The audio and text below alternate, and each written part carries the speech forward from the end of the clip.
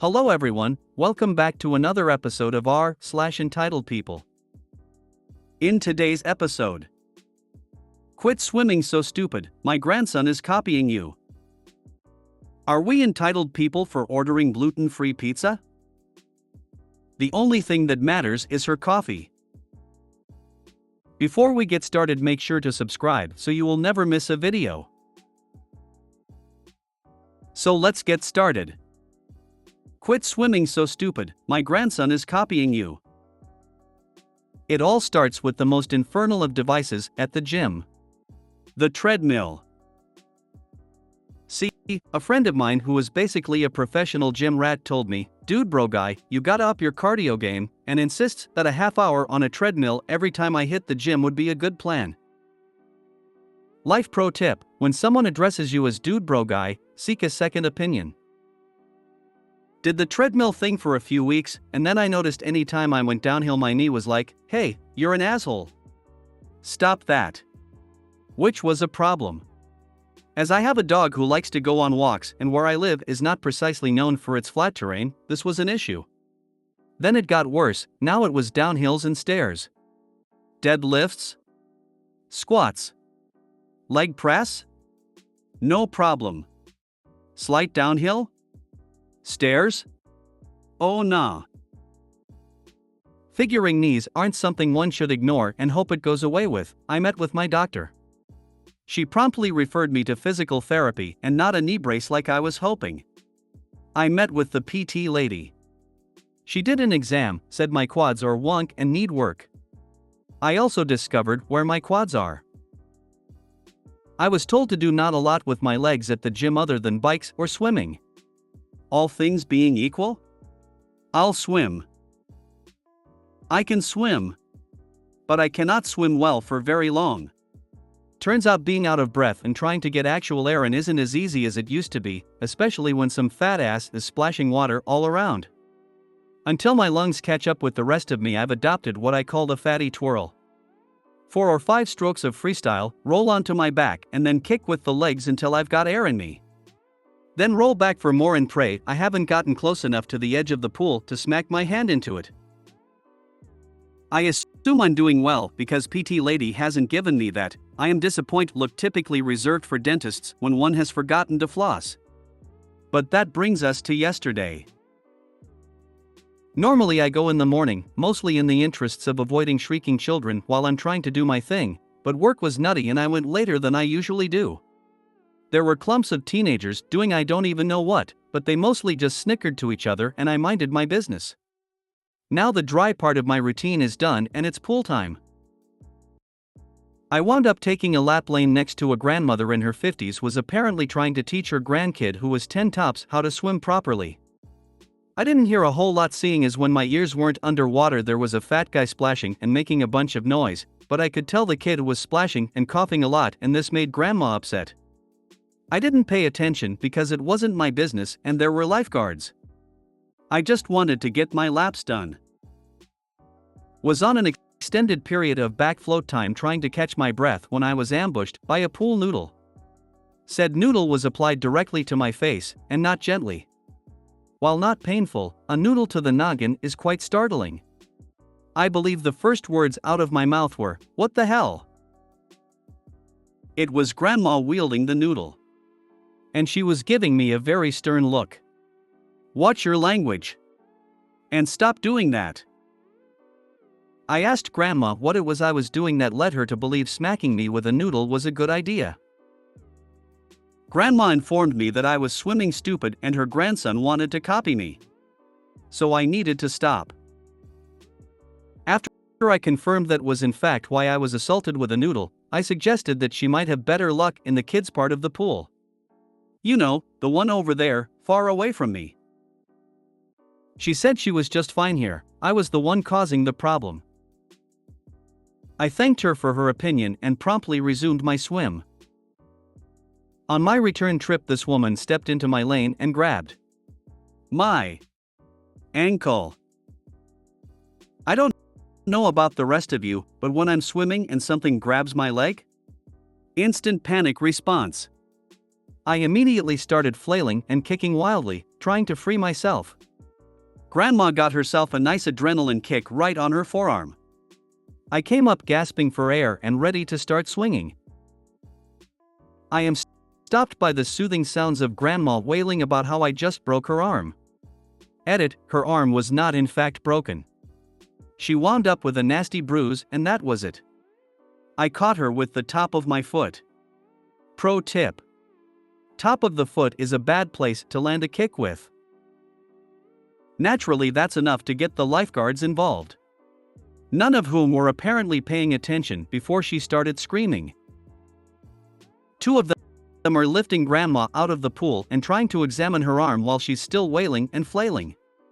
A third is giving me static about kicking another guest in the pool. Well, they started to until I pointed out where the kicking happened and her grandson was. Poor kid had frozen in place with an expression of abject horror. Once she connects the dots, she realizes I'm not the problem. I tell her I'm going to go get changed and then I'll identify myself to the front desk, because if I'm going to get interrogated, I'd prefer to be clothed. I did my thing, and by the time I'd showered and changed, there was a manager at the desk apologizing for what had gone on.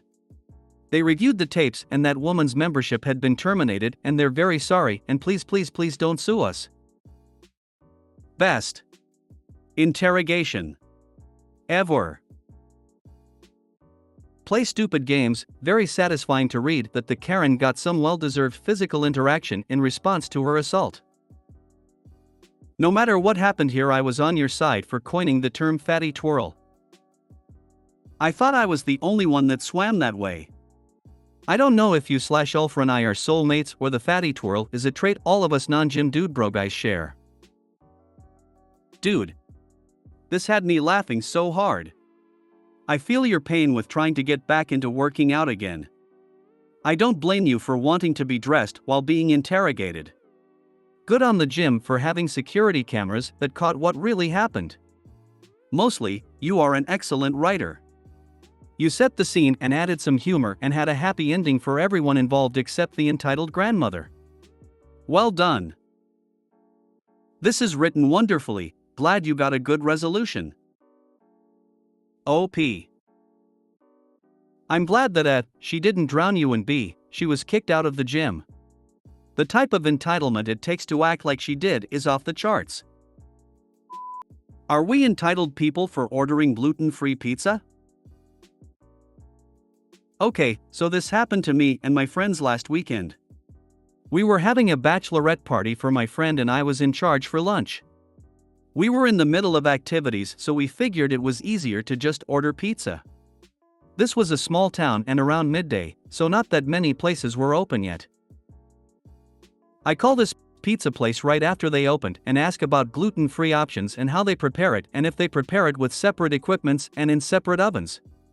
The bride has pretty severe celiac disease and reacts to small amounts and is totally gluten-free, has separate butter, cutting board and bread knife etc. I order our food and go to pick it up.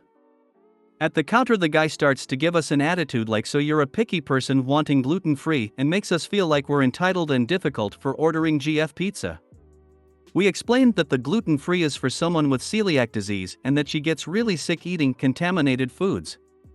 He shows us that the gluten-free pizza is in a tin foil pan, so it's not cooked on the same surface as the regular pizza. All looks good, and then guy finishes with saying, you know, when it's busy we ain't got the time to do all that. We use another dough, but otherwise it's the same as regular pizza. Like WTF? Are we acting entitled, or is choosing beggars for wanting gluten-free pizza to be handled separately?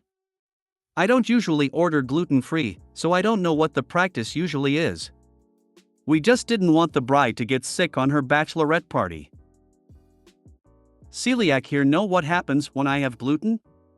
I get rashes, my hair starts to fall out, oral ulcers, joint pain, headaches, my immune system plummets, and I usually get flu-like symptoms along with GI bleeding and intense bloating and stomach pain from inflammation that doesn't heal for at least a week or two. Definitely not entitled when it's a risk to your freaking health. If it were me, I'd bring it up with the management there. That kind of attitude could easily be translated into, I don't want to deal with prepping gluten-free, giving them normal crust is fine, which is harmful and negligent. Don't offer gluten-free as an option in your restaurant if you don't want to cater to people who require that. I hate people like this. Yeah, I owned a pizza place once upon a time. Pretty sure we served the same gluten-free crust. Was it a pain to prepare? Sure. Did we do it out and away from contaminants even during a rush? You bet we did. If someone says allergy, then we treated it as such and we made a whole deal. Pause the line, special oven. It's not entitlement. Now having someone order one of each, say there's a gluten allergy, then eat one of each, that was annoying. But my real gluten-free people love that we took the time, and really grand scheme it ain't that much. This dude sounds like an idiot. They offer to sell it, you buy it and expect it to be the product you bought. They could make people really sick for a long time. If they don't want to do the gluten-free pizza, they shouldn't sell it. If it's an option they offer and you didn't demand they accommodate you, then no, you are not entitled. He's being an asshole because too many gluten-free optional people have probably made his life hell. It's always the people that don't need accommodations that make it harder for those that do. The only thing that matters is her coffee. On Saturday morning, I was driving south through an intersection when a car going west straight up ran a red light, no slowing, no swerving, no hesitation, and smashed into me on the driver's side. My car spun out into the middle of the west side of the intersection, thankfully not hitting anyone else, and the other car went down the south street, where I was headed. It looked kind of like they were leaving the scene, but they did stop, just a little farther away than I would have stopped if it were me. The moment the other car stopped, the passenger got out and started screaming, "Oh my God," over and over again. This was also my reaction, but I felt she was overdoing it a bit, not least because she was still standing in the middle of the road.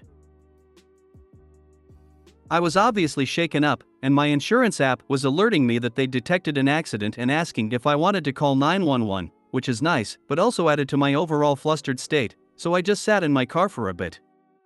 I peeked out the window to see if I'd be able to drive to the side of the road, but my front driver's side tire was off its axle, so I wasn't moving anywhere. Eventually, my heart rate slows down enough that I feel capable of facing other people, and I've tipped over from panicky to pissed. I get out of the car and start walking towards the other car and say, WTF? My voice is raised, partly because of adrenaline and partly because they're kind of far away, because it looked like they were about to leave the scene, but I'm not using a yelling tone if that makes sense. Mind you, they hit me right at my front driver's tire, so feet away from smashing straight into me. I'm pretty sure that the only reason they didn't hit my door is that I swerved when I saw them coming. They didn't react in any way at all. The passenger explodes at me and says, "What's your problem?" in a very yelling tone and starts storming over. Some people who witnessed the accident try to talk to her, because it honestly looks like she might attack me, and she yells, "What are you doing, coming out here, swearing at me?" I spilled my coffee all over my lap and it was hot. A bystander tells her that he's called 911 and EMTs will come by to take her to the hospital if she needs it, and she says, "I don't need the hospital, but I spilled my coffee and she is swearing at me." I say, okay, but you realized that you ran a red light and hit me, right? At this point, she's 10 feet away from me tops, and she screams at the top of her lungs, "I wasn't driving." She then runs off on foot, and in the 45 minutes or so that the other driver and I are at the scene, she does not come back. Maybe she was getting more coffee? Wow. First off, glad you are okay. Second, what an idiot. I hope the cops got involved and arrested her.